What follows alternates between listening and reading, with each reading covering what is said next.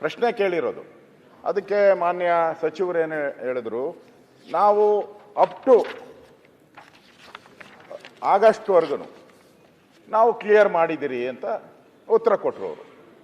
ಅವರು ಬಿಡದೆ ಮತ್ತೆ ಕೇಳಿದ್ರು, ಇಲ್ಲ ನೀವು ಕೊಟ್ಟಿಲ್ಲ ಫೆಬ್ರವರಿದಲ್ಲಿ. ನಾನು ಹೇಳ್ತಾ ಇದ್ದೀನಿ, ಅವರು ಹೇಳಿರೋದನ್ನ ಬೇಕಾದ್ರೆ ಹೇಳ್ತೀನಿ, ಇಲ್ಲಿಯವರೆಗೂ ಎಂದಿನಂತೆ ಯೋಜನೆ ಪ್ರಾರಂಭ ಅಂದಿನಿಂದ ಗೃಹಲಕ್ಷ್ಮಿ ಫಲಾನುಭವಿಗಳಿಗೆ ಸುಮಾರು 540 ಕೋಟಿ ಕೊಟ್ಟಿದ್ದೀರಿ.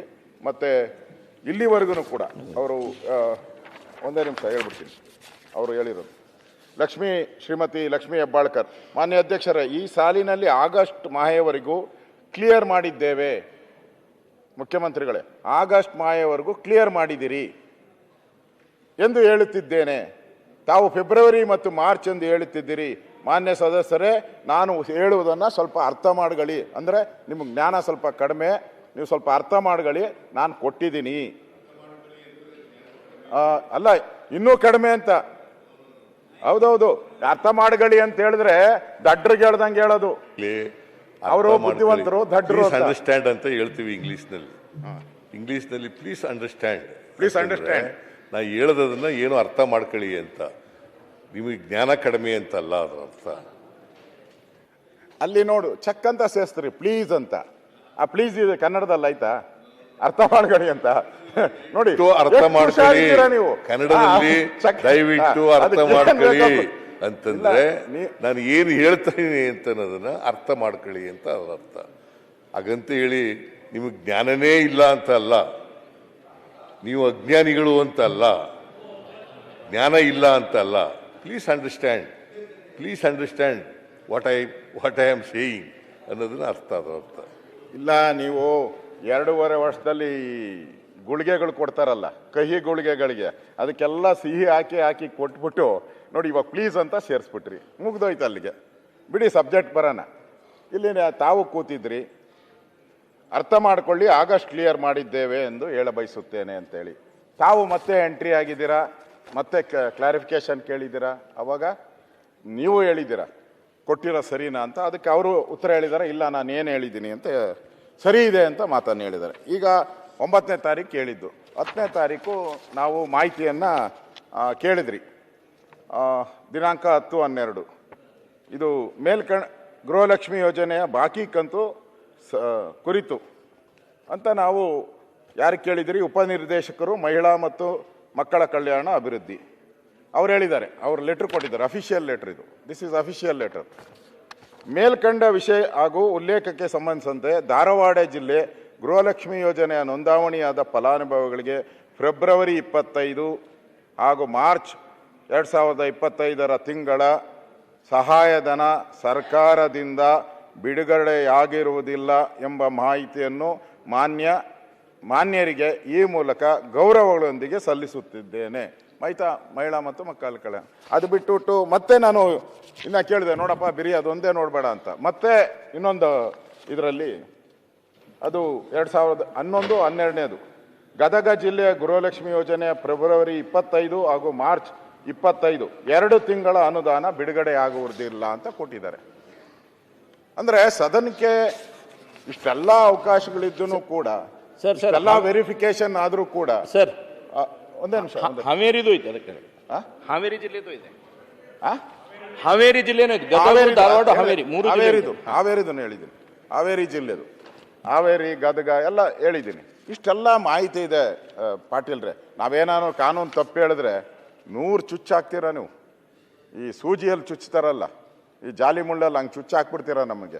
ಇವಾಗ ಮಂತ್ರಿ ಈ ಥರ ಸದನಕ್ಕೆ ತಪ್ಪುಗಳು ಹೇಳಿದ್ರೆ, ಸದನದಲ್ಲಿರೋ ನೀವೆಲ್ಲರೂ ಹೇಳೋದನ್ನ ನಾವು ಯಾವ ಗ್ಯಾರಂಟಿ ಅಂತ ನಂಬೇಕು ನಾವು? ಸದನದಲ್ಲಿ ಎಲ್ಲ ಮಂತ್ರಿಗಳು ಕೊಡ್ತಾರೆ, ನಾವು ಅದನ್ನು ವೇದವಾಕ್ಯ ಭಗವದ್ಗೀತೆ ನಾವೆಲ್ಲ ಅಂತ ತಿಳ್ಕೊತೀರಿ ನಾವು. ಮುಖ್ಯಮಂತ್ರಿಗಳು ನಾಳೆ ಕೊಡೋರಿದ್ದಾರೆ ಉತ್ತರ ಕರ್ನಾಟಕಕ್ಕೆ, ಅದು ಸುಳ್ಳ. ಈ ಥರ ಸದನದ ಅಗೌರವ ಆಗ್ತೈತೆ. ನನಗೆ ಏನು ಇದಿಲ್ಲ. ನೀವು ರಾತ್ರಿ ಎಲ್ಲ ನೀವು ಏನು ಮಾಡ್ತೀರಾ? ಡಿನ್ನರ್ ಪಾಲಿಟಿಕ್ಸ್ ಕರೆದು ಬಿಡ್ತೀರಾ. ಡಿನ್ನರ್ ಪಾಲಿಟಿಕ್ಸ್ ರಾತ್ರಿ 1 ಗಂಟೆ ಇಲ್ಲ ಅಧ್ಯಕ್ಷರೇ, ಅದೇ ಪ್ರಾಬ್ಲಮ್ಮು. 11-12 ಗಂಟೆಗೆ ಬಿಡ್ತಾರೆ ಇವರು. ಅವ್ರು ರೆಡಿ ಆಗಲ್ಲ. ಬೆಳಗ್ಗೆ ಅವ್ರಿಗೇನು ಕ್ಲಾರಿಫಿಕೇಶನ್ ಅವ್ರು ಸರಿಯಾಗಿ ತಗೊಬೇಕಲ್ಲ ಬಂದು, ಏನೂ ಇಲ್ಲ. ಡೈರೆಕ್ಟ್ ಆಗಿ ಬಂದ್ಬಿಡ್ತಾರೆ.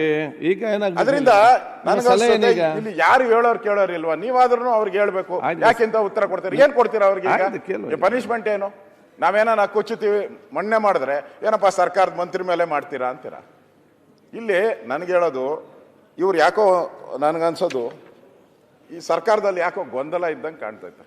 ಅದರಿಂದ ನಾನು ಮುಖ್ಯಮಂತ್ರಿಗೆ ಹೇಳೋದು, ಈ ನೈಟ್ ಡಿನ್ನರ್ಗಳನ್ನೆಲ್ಲ ಸ್ವಲ್ಪ ನೀವು ಅಟ್ಲೀಸ್ಟ್ ಇನ್ನೊಂದು 10 ದಿನ ಕಟ್ ಮಾಡಿಬಿಡಿ. ನಮ್ಮ ಪರಮೇಶ್ವರ್ ಅವರು ಹೋಮ್ ಮಿನಿಸ್ಟರ್, ಅವರಾದರೂ ಪೊಲೀಸ್ ಬಂದೋಬಸ್ತ್ ಮಾಡೋದು ಬೀಗ ಹಾಕ್ಸ್ಬಿಡಿ ಡಿನ್ನರ್ಗಳಿಗೆಲ್ಲ. ಸದನ ಸರಿಯಾಗಿ ನಡೀತದೆ. ಇವರೆಲ್ಲ ಹೋಗೋದು ನಾನು ನೋಡಿದೆ, ನಮ್ಮ ಪಕ್ಕದ ರೂಮು ಕೇಳಿದೆ ಏನಪ್ಪಾ ಅಂತ. ಹೆಸರು ಹೇಳೋದು ಬೇಡ. ರಾತ್ರಿ ಇಲ್ಲಣೋ ನಾನು ಎರಡೂ ತಪ್ಪಿಸ್ಬೇಕು, ಅಲ್ಲಿ ಓದಂಗೂ ನೀವ್ಯಾಕೆ ಅವ್ರಿಗೆ ಬೆಂಬಲ ಮಾಡಿ? ಯಾರಿಗೂ ನನಗೆ ಸದನ ಮುಂದೆ ನಡಬೇಕು, ಇಲ್ಲೇ ಚರ್ಚೆ ಮಾಡಿ ಕೂತ್ಕೊಂಡ್ರೆ ಹೇಗೆ? 2 ಗಂಟೆ ಮುಗಿಸ್ಬೇಕು. ಉತ್ತರ ಕನ್ನಡ ಬಗ್ಗೆ ಮಾತಾಡಲಿಲ್ಲ, ಮಂತ್ರಿ ಆಗ್ಬೇಕು ಅಂತ ವಿಚಾರ ಇಲ್ಲ. ನನಗೆ ಸದನವನ್ನು ಈ ಖಂಡಿತವಾಗಿಯೂ ಇಲ್ಲ. ನೀವೀಗ ರೇಸ್ ಮಾಡಿ ಅವಕಾಶ ಮಾಡಿ ಕೊಟ್ಟಿದ್ದೇನೆ. ತಮ್ಮ ಸಲಹೆ ಸೂಚನೆ ಹೇಳಿದ್ದಾರೆ. ಈಗ ಏನ್ ಮಾಡ್ಬೋದು? ಏನ್ ಮಾಡ್ತಾ ಇಲ್ಲ ಸರ್. ಅಶೋಕ್ ಸರ್, ಆದ್ರೆ ಇಲ್ಲಿ ನಾನು ಮೊದಲೇ ಹೇಳಿದ್ನಲ್ಲ, ಇಲ್ಲಿ ನಡೆಯುವಂತ ಚರ್ಚೆಗೆ ಉತ್ತರ ಕೊಡ್ತಾರಲ್ಲ, ಅದಕ್ಕೆ ಅಥೆಂಟಿ ಬೇಕು. ಅದೇ ಇಲ್ಲ ಅಂದ್ಮೇಲೆ ಈ ಸದನಕ್ಕೆ ಏನ್ ಬರ್ಬೇಕು? ನಾವು ಚರ್ಚೆ ಏನಕ್ಕಾಗಬೇಕು? ಮುಖ್ಯಮಂತ್ರಿ ತಪ್ಪಲ್ವಾ? ಈ ತರ ಯಾಕೆ ಕೊಡ್ತೀರಾ? ನಾವು ನಿಮ್ದೇನ ಸಮಸ್ಯೆ ಇದ್ರೆ ಇದ್ ಮಾಡ್ಕೊಳ್ಳಿ, ಮುಖ್ಯಮಂತ್ರಿಗಳು ನಾನು ಕೇಳ್ತೀನಿ. Guarantee scheme Ashok sir, enquiry ಮಾಡಿ ಲಕ್ಷ್ಮೀ ಹೆಬ್ಬಾಳ್ಕರ್ ಅವರು ಉತ್ತರ ಕೊಟ್ಟಿದ್ದಾರೆ. ಆಗಸ್ಟ್ವರೆಗೆ ಗೃಹಲಕ್ಷ್ಮಿ ಹಣನ ಸಂದಾಯ ಮಾಡಿದ್ದೀವಿ ಅಂತ ಹೇಳಿದ್ದಾರೆ. ಅವರು ಮಾನ್ಯ ಸದಸ್ಯರು ಹೇಳ್ತಾರೆ ಫೆಬ್ರವರಿ ಕೊಡಲಿಲ್ಲ ಅಂತ. ಫೆಬ್ರವರಿ ಮತ್ತು ಮಾರ್ಚ್ನೆಲ್ಲ ಮಾರ್ಚ್ನಲ್ಲಿ ಬಂದಿಲ್ಲ ಅಂತ ಹೇಳ್ತಾರೆ. ಅವರು ಮಂತ್ರಿಗಳಿದಾರ? ಲಕ್ಷ್ಮೀ ಹೆಬ್ಬಾಳ್ಕರ್ ಇಲ್ಲ ಅಂತ ಅನಿಸುತ್ತೆ. ನನಗೆ ಅರ್ಥ ಆಯ್ತು ಅವ್ರಿಗೆ ಹೇಳಿದ್ದು.